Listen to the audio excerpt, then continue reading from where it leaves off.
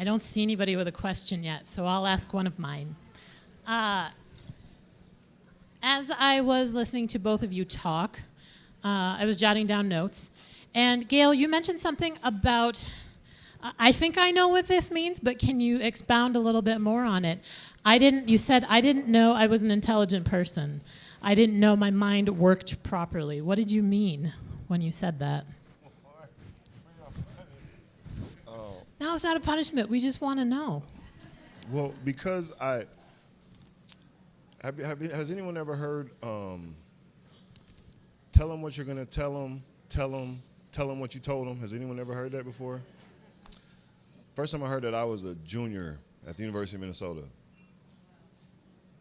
And so because I had all of these thoughts in my brain and because I couldn't figure out how to get them out in a way that people could understand, I didn't think my brain worked properly.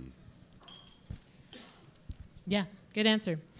No, it's true, because I feel this. I mean, I think I felt the same way at times. There are things that I've thought of in the past. How many people have experienced this, where you're like, oh, I didn't know that was a thing that made me a smart person? Yeah.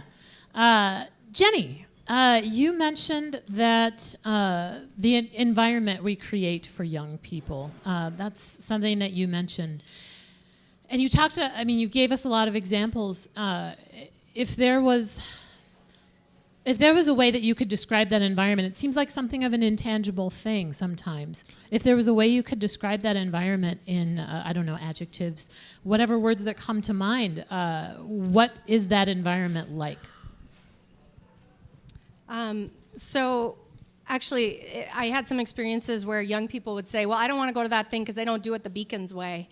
And I'd say, well, what is that? And we actually spent some time with young people identifying, well, what are the things that matter to you in the environment and the way we do things? And so some of that was around safety, sense of family, sense of belonging, engagement, the kind of creating those kinds of relationships where young people feel they can be engaged and challenged, but also safe and supported.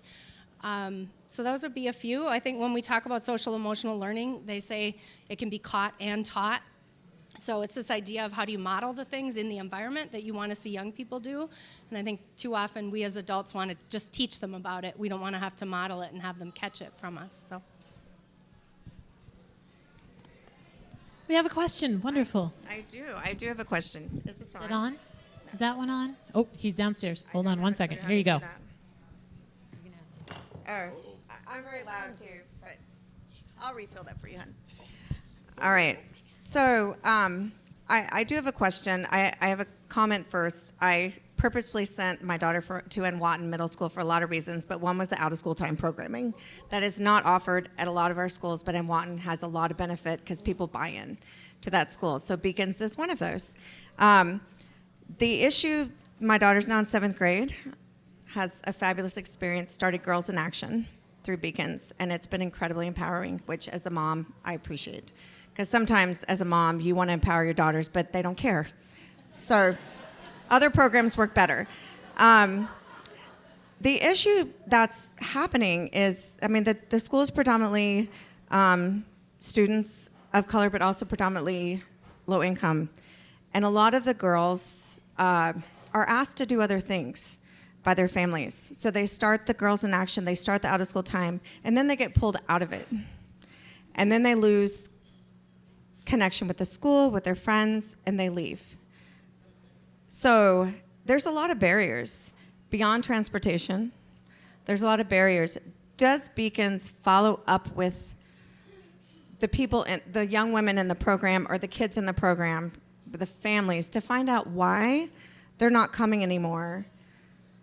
Because a lot of it is just family barriers. They have to watch their siblings, or a lot of it time is that for the girls. So I'm trying to figure that out, because it's also, you know, in middle school, academics is okay, social is the world, right? So it's hard when your kids are losing their friends and they don't understand that dynamic.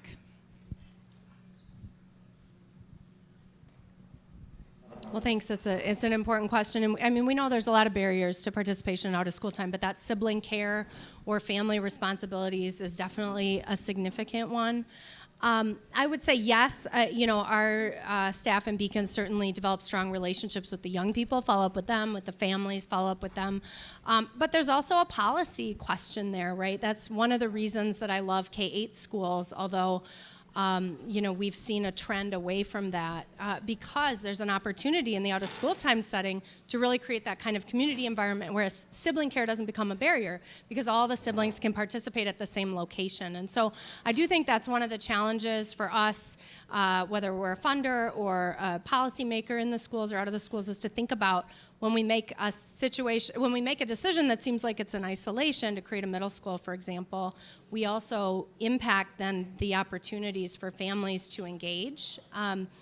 So yes, we follow up, but I also think we think a lot about how do we then create spaces closer to that family's home? How do we create community spaces where multiple ages can be together? And Beacons can do some of that, but then we also have to rely on community-based organizations like the North Y. The director of the North Y is over there. So that's an example where that might be a space where young people can come together where they wouldn't be able to at the after-school program. I'm still in middle school, and it's kind of a hard age and stuff. And I'm wondering how I can help, with people who are less fortunate than me in my school, for both of you guys. Well, Ella, thank you. I think that I would encourage you to think about, I think we all have ways in which we have something to bring to the table and ways in which we don't have things that we want or need. And so I would just encourage you to do what I know you do, which is build a lot of relationships and be really open and really kind. And try to commit yourself to just knowing that you have a lot to learn and you have a lot to share too. So I guess that would be the first thing. And then continuing to ask questions at your school about what kinds of things are available and are they open to all kids and what are the barriers and how do we make sure that if you come to understand one of your friends can't participate in something and you think it could be resolved, like it's about having transportation, then bring that to your teachers and your principal and take some action with your friends.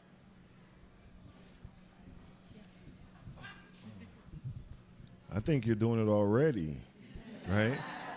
The fact that it was something that you were thinking about enough as a middle schooler that you could come in front of all these people and ask that question, I think you're doing it already. So just keep it up. Yeah.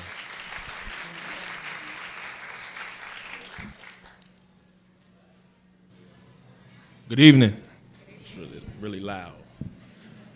Quadri Drakeford, Above the Edge. I got a question for the panel, and I had to type it out so I make sure it's a two-folded question. But in lieu of Black History Month and being a black male, I often ponder on this question: how do we rebuild a thriving and excellent community of black men, and what roles do the monochromatic foundations play in that?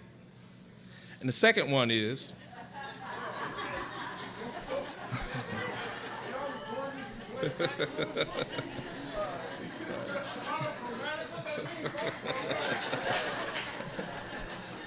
what role do white foundations play in that?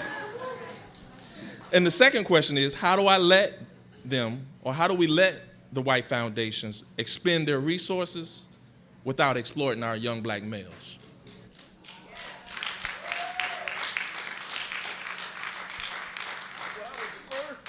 You gonna defer? I can try, but you look like you were ready. First of all, I need to know what that word was. Tell me, what is it? Oh, okay. I got it. The context was throwing me off. That's all. I think, well, for the last part, because that's the freshest part in my mind around the foundations, is I would say that allowing people to be honest, because I think a lot of times the foundation world is so based on data, outcomes, that they're not allowing people to be honest and say what their mistakes are and what their challenges are and what they need help with and how they can improve and how the foundations, the resources can help improve their organization. So we're creating, I think the foundations are creating sometimes, I won't say all the time because I wouldn't eat, but I think sometimes what happens is that we get so focused on politics. We get so focused on grammar. Now, as someone who flunked the 6th grade and the 7th grade, it would be sad if I submitted a proposal for an amazing program and it got thrown out because I accidentally had a don't be in there or a fitting in there. That's tragic because it's an idea. And so I think that to your question, Q, is I think that foundations can, one, stay really true to their mission. They can work with people around evaluation to see what's really working, you know. And as far as the resources, I think they should start to look at it more as investing as opposed to giving, because when you're looking at it from a giving perspective, then there's a way that the dynamic of power plays out to where you automatically make yourself the expert. And so when I think if you're looking at it as investing, then you're investing in something. You're spending your money wisely. You're having faith in what you're investing in. I can't tell Steve Jobs how to run Apple, but I'm gonna put $10,000 into the stock if I got the money, right? So that's all I'm saying. Does that make sense? Okay, and then to the net. What was the first part? To the network. How do you build a strong network of male network? Is I think. How do you build a community, strong, thriving community for black males and their achievement, and then what what are the roles that Wright Foundation's played in that? Okay, so I would say one of the things is that you have to be honest. And you have to communicate honestly. Because if we're building a network and I think that you are like, you know, you got a $3 million budget, oh man, you got things going on, all these amazing things, and I'm sitting there going like, but you're sad though. You're not happy. And I care about you, man, and I want you to be happy.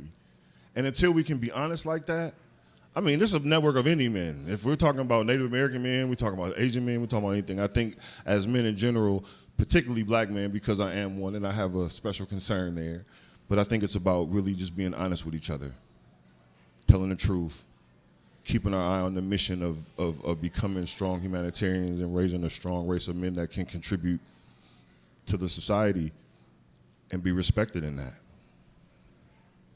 That's all right?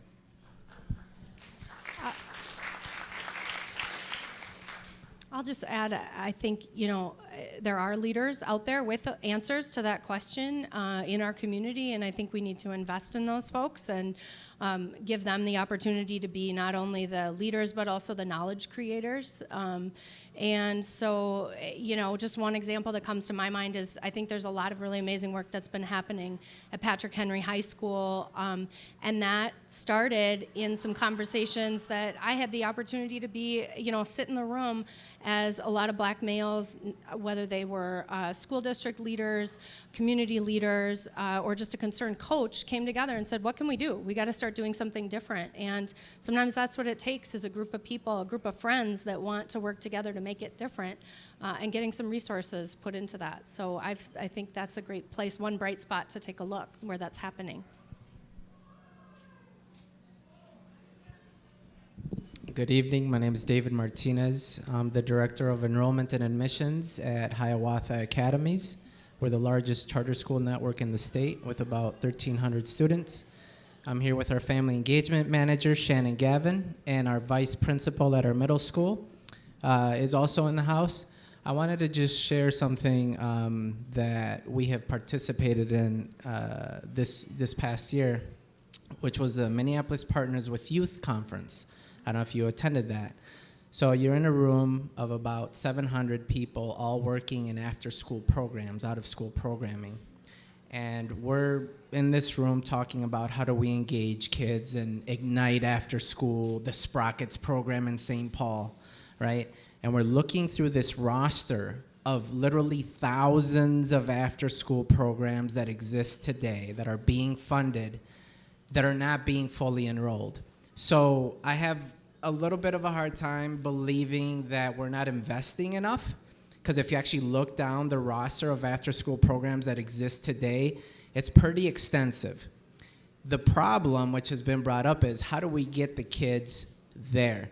Because when we sit down with our middle school kids and we talk to them about issues that they're having at home and why they feel so isolated, it's because nobody's like inviting them to come out to these programs. So we're saying, here's a list of 2,000 programs, come here, get here, somehow, come. But nobody's actually saying, hey, David, you wanna go with me to this program? Let's go down there, I'll bring you, I'll drive you. And I think that's maybe the connection that we're missing today. I don't know how if you agree, disagree, how you think we get more kids there. Do we need a shuttle driving around the city, dropping them off at all of these programs? Because if we connected all of our kids to all the programs that exist today, we'd be in a lot better place than we are right now. Well, I can just speak from our program experience. We have waiting lists. So I will say that I think that one of the things we know about the after-school system is it's very uneven. So there's a lot of startups and small programs that find it hard to sustain. There's other larger programs that find themselves closing their doors, and I think that's a result of really uneven funding. There's only one dedicated stream that goes to after-school programming, which is 21st Century, and those are federal dollars. So we don't have state, largely don't have city and county dollars flowing into after-school. And so what it does is there may be programs, but the programs find it very hard to sustain. And then we have to pay attention to quality as well. And of course, who gets to define quality? What does that look like? But it is important that we really be thinking about investing in high quality youth development leaders who can sustain quality programs. And so I would say I do think there is a need for young people to be able to access and understand what's out there. But I think this is just my personal opinion, I think that's going to continue to be difficult. The minute you get a website up and running, programs have changed and shifted. So until we can stabilize some funding streams for after school, I would say we're going to continue to see some of those challenges. And then the other thing is that young people should be engaged in creating the opportunities, because sometimes we create things that they don't want to go to.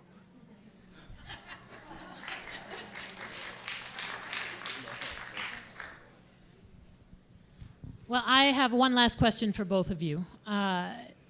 What is, for all these people in this room, coming from different communities, different organizations, what is one thing that you would say that they could do when they walk out the door starting tomorrow? What's one thing you would suggest they do around this issue?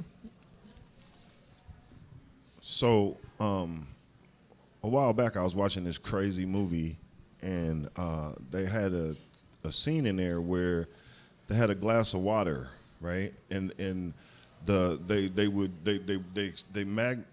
magnify, made it bigger. They put it under a magnifying glass, and they showed the molecules of the water. And they had different people come up to the water and touch the water, and based upon their emotional mind state, the molecules in the water changed. Then this crazy guy at the end of it came up and he said, something like, if your body is 3/4 water and your thoughts can do this to water, imagine what your thoughts can do to a person. And so when we're talking about expectations, it's not an idea of expectations. It's what you expect from every individual that you have eye contact, who you look at. Do I expect you to be great? Do I expect you to understand what I'm saying? Yeah, I expect you to, but if you don't, I mean, that still was my expectation. And so I would say be true in your intentions around your expectations for the individuals that you are encountering.